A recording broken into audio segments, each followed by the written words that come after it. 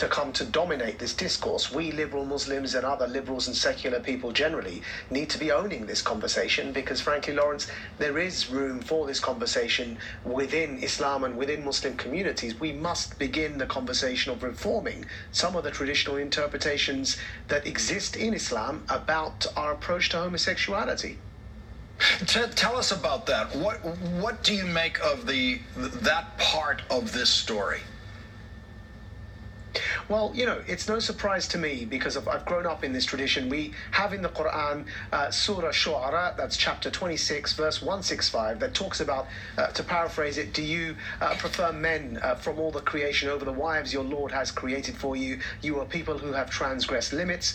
We have Surah Naml, that's chapter 27, verse 55, that talks about, paraphrasing, do you lust for men over women? You are a people that act ignorantly. And then we have two very well-known hadiths that ISIS in particular acts on.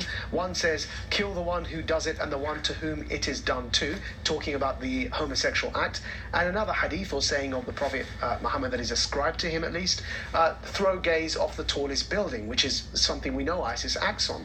And so these passages exist within our tradition, and what I call for is for a reform of religious interpretation away from the medieval standards and the readings. But currently we know from surveys and opinion polls, such as a Pew survey that was conducted in 2013, that 33 out of the 36 Muslim majority countries that were polled found that over 3/4 or more of the Muslims polled in those countries said that homosexuality was in fact immoral. Just a couple of months ago in Britain, an ICM survey of Muslims found those Muslims surveyed said that over 50% of them said that they believe being gay should be made illegal. So there certainly is a challenge that we have ahead of us. There's a problem.